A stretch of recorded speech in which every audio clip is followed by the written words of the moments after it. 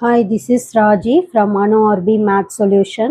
நம்ம இன்னைக்கு exercise 7.1ல 5th some பார்க்க போகிறோம். இவ்வளோ நேரம் ஒரு ட்ரிக்னாமெட்ரி ஃபங்க்ஷன் மட்டும் தான் இங்கே கொடுத்துருந்தாங்க. இங்கே பார்த்தீங்கன்னா ஒரு ட்ரிக்னாமெட்ரி ஃபங்க்ஷனும் ஒரு எக்ஸ்போனென்ஷியல் ஃபங்க்ஷனும் கொடுத்துருக்காங்க. இதை நம்ம இப்படியே வச்சுக்கிட்டு ஃபஸ்ட்டு நம்ம போடக்கூடாது. ஓகே, ஸோ நம்ம என்ன பண்ணணும்னா ஃபர்ஸ்ட்டு ஸ்ப்ளிட் பண்ணிக்கணும் இதை. ஓகேவா, ஃபர்ஸ்ட்டு ஸ்ப்ளிட் பண்ணிக்கணும். Now first split this அப்படின்னு போட்டு ஸ்ப்ளிட் பண்ணிக்கிறாங்க. So integral f of x plus or minus, அதாவது ஒரு எஃப் ஆஃப் எக்ஸும் ஒரு ஜி ஆஃப் எக்ஸும் நடுவில் ஒரு ப்ளஸ்ஸு இல்லைனா மைனஸ் வச்சு ஏதோ ஒரு சம்திங் கண்டென்ட் வச்சு வந்தது அப்படின்னா இதை வந்து நம்ம ஃபஸ்ட்டு இப்படி ஸ்ப்ளிட் பண்ணி எழுதிக்கணும். ஓகேவா, ஸ்ப்ளிட் பண்ணி எழுதிக்கிட்டு தான் நம்ம நெக்ஸ்ட் ஸ்டெப்பு சம்மையே போடணும். ஸோ இப்போ இது மாதிரி நம்ம வந்து சம்மை வந்து நம்ம ஸ்ப்ளிட் பண்ணிக்க போகிறோம்.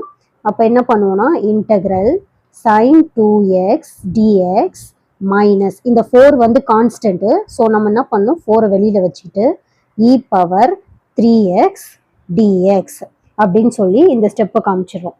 இதுக்கடுத்து நெக்ஸ்ட் ஸ்டெப் என்னன்னா, இது வந்து ஒரு ட்ரிக்னாமெட்ரி ஃபங்க்ஷனோட ஃபார்முலா. இந்த ஃபார்முலா நம்ம ஆல்ரெடி நம்ம போட்டிருப்போம்.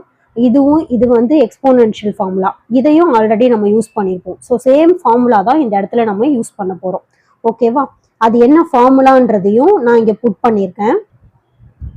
ஸோ இதான் அந்த ஃபார்முலா. நம்ம இந்த ஃபர்ஸ்ட் ஒனுக்கு இந்த ஃபர்ஸ்ட் ஃபார்முலா யூஸ் பண்ண போகிறோம். இந்த செகண்ட் ஒனுக்கு இந்த செகண்ட் ஃபார்முலாவை யூஸ் பண்ணி நம்ம இந்த சம்மை போட போகிறோம். ஓகேவா, ஃபர்ஸ்ட் ஒன்று நான் இந்த ஃபார்முலாவில் அப்ளை பண்ண போகிறேன்னா மைனஸ் அப்ளை பண்ணால் minus cos 2x divided by 2 அப்படின்னு வரும். இங்கே வெளியில் ஒரு 4 இருந்தது இல்லையா, அந்த 4ஐயும் வெளியில் போட்டிருக்கேன். இங்கே இ பவர் 3x இருந்தது, e power 3x divided by 3. So இதையும் அப்ளை பண்ணி ப்ளஸ் சின்னு போட்டுக்கிறேன். இவ்வளோதான் ஆன்சர். ஃபைனலாக நம்ம என்ன பண்ணுறோன்னா ஆன்சரை எடுத்து எழுதி காமிக்க போகிறோம். அவ்வளோதான். தர்ஃபோர் ஆன்சர் இன்டெக்ரல் நம்ம கொஷின் கொடுத்தாங்க இல்லையா, அந்த கொஷினை தான் எழுதணும். sin 2x minus 4e power 3x dx equal to நமக்கு வந்த ஆன்சரை இங்கே எழுதிக்கிறோம்.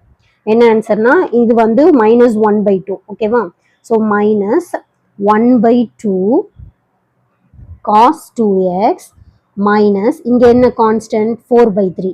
So 4/3 e power 3x plus C. அவ்வளோதான்.